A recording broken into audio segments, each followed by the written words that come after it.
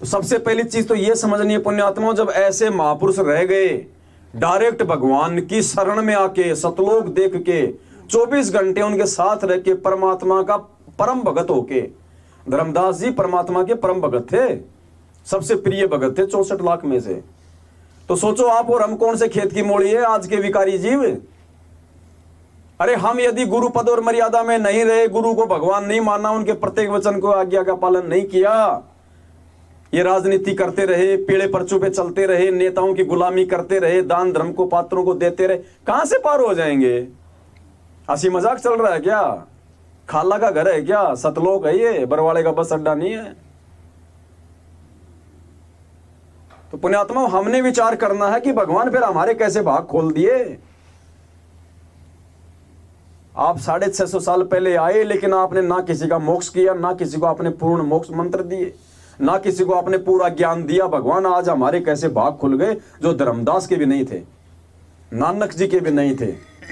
तो पुण्यात्माओं, इसलिए परमात्मा कहते हैं पुण्यात्माओं धन्य तुम्हारे माता पिता जिनसे तुम्हारा जन्म हुआ।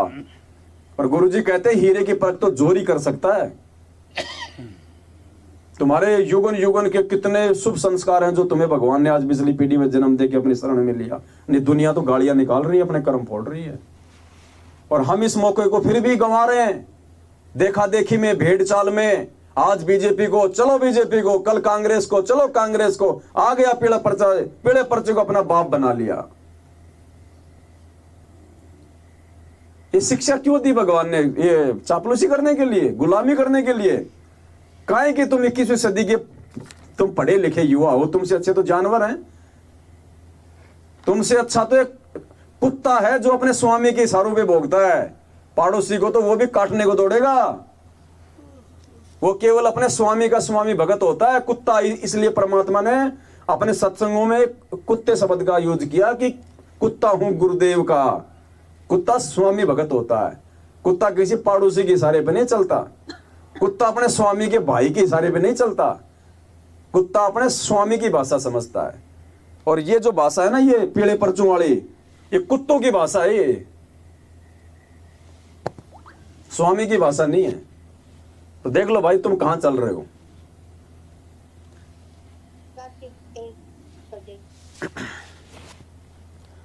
तो पुण्यात्मा, सबसे पहला तो बस ये विचार करना कि हम कहां हैं उन महापुरुषों की तुलना में। और आज भी यदि हम ये गोल्डन चांस पाके, इसीलिए परमात्मा कहते हैं समझा है तो सिर दर पांव बहुर नहीं रे ऐसा दांव। और मालिक कहते हैं बिल्ली के बाग का छीका टूटा, बिल्ली के बाग का छीका, इब कह दाव मत चूक मेरी प्यारी। तो पुण्यात्मा, सभी आत्मा यही धक्के खा रही हैं आज हैं। अगर आज भी अगर वो मर्यादा में रहेंगे, टिके रहेंगे, गुरु को भगवान मानेंगे तो मोक्ष होगा। ऐसे मोक्ष नहीं होना, धक्के खाते रहो ऐसे तो। और दूसरा रास्ता है ही नहीं कोई गुरु को भगवान मानने बिना। और गुरु को भगवान मानने की पहचान दास ने आपको बता दी। प्रथम तो गुरु जी को भगवान मानना, और गुरु जी को भगवान वो मानेगा जो गुरु जी को हलवे राम का भोग लगाएगा। ये हलवे राम का मैनेजमेंट का 36 का आंकड़ा है। ये हमने प्रकट गुरु जी को भोग लगाना क्या शुरू किया, मैनेजमेंट वालों की बीवी पत्नी बेटी अगर खाने के लिए भी हलवा बना लेती है तो उनको चिंता हो जाती है कि गुरु जी को तो नहीं लगाएगी। तो ये प्रथम पहचान है। जो व्यक्ति अपने गुरुदेव सतगुरु रामपाल जी भगवान को भोग की आरती के साथ भोग लगाएगा, समझ लेना 50% तो वो गुरु को भगवान मान चुका है। बाकी 50% वो साथ संगति में आ जाएगा खुल के, क्योंकि भोग तो मैनेजमेंट वाले भी लगाने लग गए गुरु जी को काफी संख्या में, क्योंकि देखे बिना रहा नहीं जाता। आत्मा तो भगवान की है, भले काल प्रेरित है, मर्यादा टूट रखी है, लेकिन जब वीडियो देखते हैं, भोग की आरती सुनते हैं, आत्मा तो अंदर से बोलेगी ये अपना असली बाप है, नालायको इसी को लगाओ, कहां फोटो में उलझ रहे हो। तो नीचे नीचे तो वो भी गुरु जी को भोग लगा रहे हैं, लेकिन खुल के नहीं आ रहे। खुल के नहीं आ रहे मतलब 50% तो वो भगत है। और जिस दिन आप खुल के साथ संगति में आ जाओगे, बिल्कुल नेक नीति मर्यादा में, और यहां आके भी अगर तुम राग द्वेष नहीं फैलाओगे, निंदा चुगली में नहीं फंसोगे, तो समझ लेना पुण्यात्मा, अगर इसी प्रकार से चलते रहे तो बेड़ा पार है। परमात्मा ने बोल दिया, फिर सस्ते में काम हो जाएगा, सस्ते में। बस गुरु को भगवान मान लो। अपने आप को समर्पित कर दो परमात्मा को, और कोई भगवान नहीं, ना सतलोक में ना कहीं और, जो भी है ये ही है, ले दे के एक ही। रजा तेरी से दादू नानक जी का सतलोक में वास हुआ। रजा तेरी से दादू नानक जी का सतलोक में वास हुआ। रजा तेरी से दादू नानक जी का सतलोक में वास हुआ। रजा तेरी से दादू नानक जी का सतलोक में वास हुआ। 100 परसन उतर कीने तब धर्मदास के विश्वास हुआ। 100 परसन उतर कीने तब धर्मदास के विश्वास हुआ।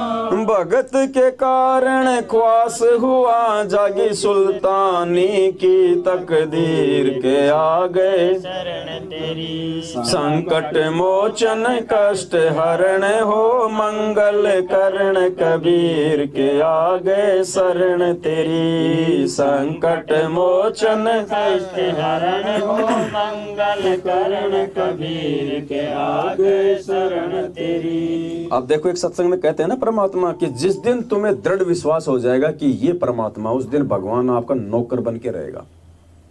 अब देखो, भगत के कारण खवास हुआ, खवास यानी नौकर सेवक, जागी सुल्तानी की तकदीर। परमात्मा मालिक ने बांदी बन के उसकी सेज बिछाई थी ना, तो उसका नौकर बना परमात्मा, उसका खवास बना, अपनी प्यारी आत्माओं को कालजाल से निकालने के लिए नौकर तक बन जाता है वो हमारा भगवान। और हम फिर भी हमारे अंदर जरा सी आधीनता नहीं आती, हमारी मान बढ़ाई नहीं छूटती, हम राग द्वेष की आग में। कल परसों दास ने यही कहा था भगत जी को, कजोड़ जी को, हम बैठे हुए थे सारे भाई बहन भगत जी के घर पे, तो दास ने ये कहा था कि भगत जी अभी तक संगत में कोई एक भी व्यक्ति ऐसा नजर नहीं आ रहा है जो वास्तव में आधीनता की सीढ़ी चढ़ाओ। मान लीजिए हम बात कर रहे हैं, यहां बैठे हैं बराबर में, और बात करते करते मैं उसको थप्पड़ मार दूं खींच के, अब उसका रिएक्शन क्या हो? वो ना तो मेरा बुरा माने, ना मेरे प्रति अपने मन में वो किसी प्रकार का वो द्वेष पाड़े, और ना थप्पड़ लगने के बाद किसी से इस बात का जिक्र करे कि उन्होंने मुझे क्यों मारा, सही मारा या गलत मारा। कोई दूसरा पूछे तो ना उसको कोई जवाब दे कि कोई बात नहीं, मार दिया भाई है, और ना मेरे मन में कोई द्वेष रखे। मैं दोबारा कहूं भगत जी सत साहिब सत साहिब सत साहिब, भगत जी वो है भगत। और यहां पीठ पीछे बैठ के चुगलियां करते हो। कोई किसी की चुगली करता तो मालिक कहते ना, निंदा तो ऐसी लगे जैसे दही बड़े। अभी तो हमें दही बड़े लग रहे हैं एक दूसरे की निंदा चुगली। ये बढ़वे का अंग बताया परमात्मा ने कि बढ़वा कौन होता है। गरीब बढ़वा बढ़वा सब कहें, मालिक की वाणी है ना, ये बढ़वे के अंग में है। निंदा तो ऐसी लगे जैसे दही बड़े। अभी हम कहां खड़े हैं, विचार करने की बात है भाई। नीचे पाव चणों के लालच में या बंदर वाली मूठ गई। पाव चनों के लालच में या बंदर वाली मूठ गई। पाव चणों के लालच में या बंदर वाली मूठ गई। पाव चनों के लालच में या बंदर वाली मूठ गई। मूठ खुले ना जान बचे ना, हे साहेब ये कौन भई। मूठ खुले ना जान बचे ना, हे साहेब ये कौन भई। राम पाल सतगुरु शरणालई, खाई शब्द दूध की खीर के आ गए शरण तेरी। संकट मोचन कष्ट हरण हो, मंगल करण कबीर के आगे शरण तेरी। संकट मोचन कष्ट हरण हो, मंगल करण कबीर के आगे शरण तेरी। अरे देखो, पाव चनों के लालच में या बंदरवाड़ी मूठ गई। अब परमात्मा ने तो हमें वो केला भी दे दिया आके, ये तत्व ज्ञान रूपी, फिर भी हमारी ये मूठ, हमारा ये लालच, ये अपना स्वार्थ, ये मान बड़ाई, ये अहंकार, लोभ, ये नहीं छूट रहा भाई।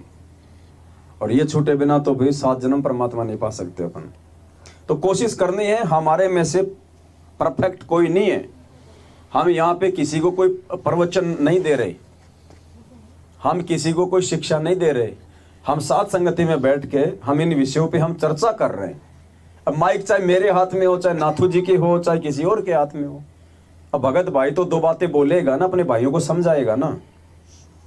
अब इन्हीं बातों को लेकर वो लोग कह देते हो तो वो तो गुरु बनेगा, बस बस बढ़ने वाला है, बस थोड़े दिनों में बढ़ने वाला है गुरु, तुम्हारा गुरु वो, मतलब ये कह के भी अपने वो कर्म फोड़ रहे हैं। ये व्यर्थ की निंदा चुगली। तो ये पावचने हैं भगत जी, ये छोटी मोटी, ये नौकरी पैसा काम धंधे, कार कोठी गाड़ी घोड़े, ये सब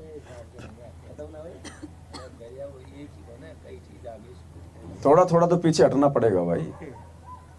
देखो हर चीज पे लागू होता है, ये किसी एक चीज पे जैसे परमात्मा बताता है माया, माया कोई भी पैसा ही थोड़ी होता है, औरत भी माया बन के खड़ी हो जाती है, बेटा बेटी का प्यार भी अनावश्यक माया बन के खड़ा हो जाएगा आपके सामने, क्या करोगे। आज हम बेटा बेटी से अगर बहुत ज्यादा वो लगाव कर रहे हैं, मैं देखता हूँ बहुत सारे भक्तों को, अरे मेरा चिंटू, अरे मेरा प्यारे गुलगुल, ये अनावश्यक प्यार है, इसकी जरूरत नहीं है।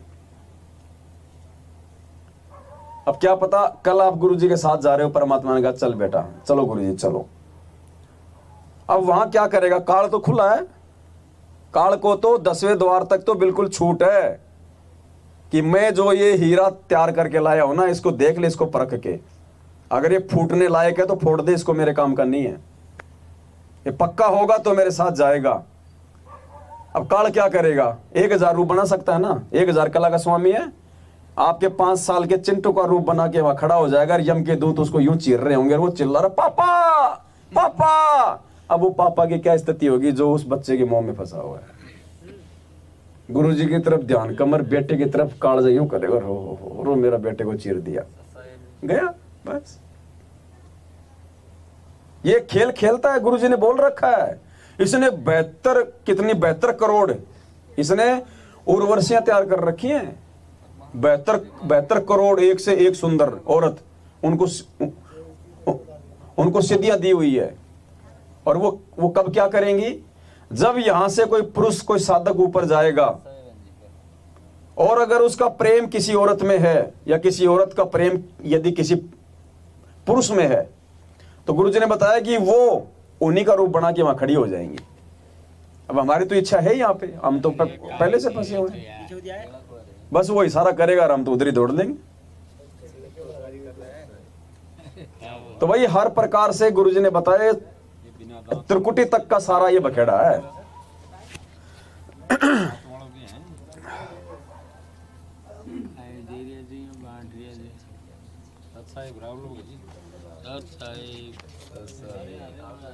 अरे पवन भगत जी ने भी तो दो कहीं इतनी सारा ही आ रहा तसली।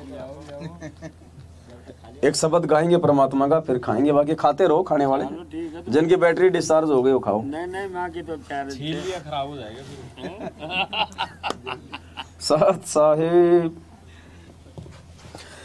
आजा बंदे शरण राम की, फिर पाछे पछतावेगा भाई। आजा बंदे शरण राम की, फिर पाछे पछतावेगा भाई। आजा बंदे शरण राम की, फिर पाछे पछतावेगा भाई। आजा बंदे शरण राम की, फिर पाछे पछतावेगा। कौन से राम की? सतगुरु रामपाल जी भगवान की। और कोई राम नहीं है दुनिया में, और कोई राम नहीं है, यही है असली राम। और 2 शब्द फालतू लेके आया है, रामपाल। पाल यानी पालन करने वाला, जो राम पूरी दुनिया का जो पालन करता है, तीनों लोकों में प्रवेश करके जो सबका भरण पोषण करता है वो है रामपाल।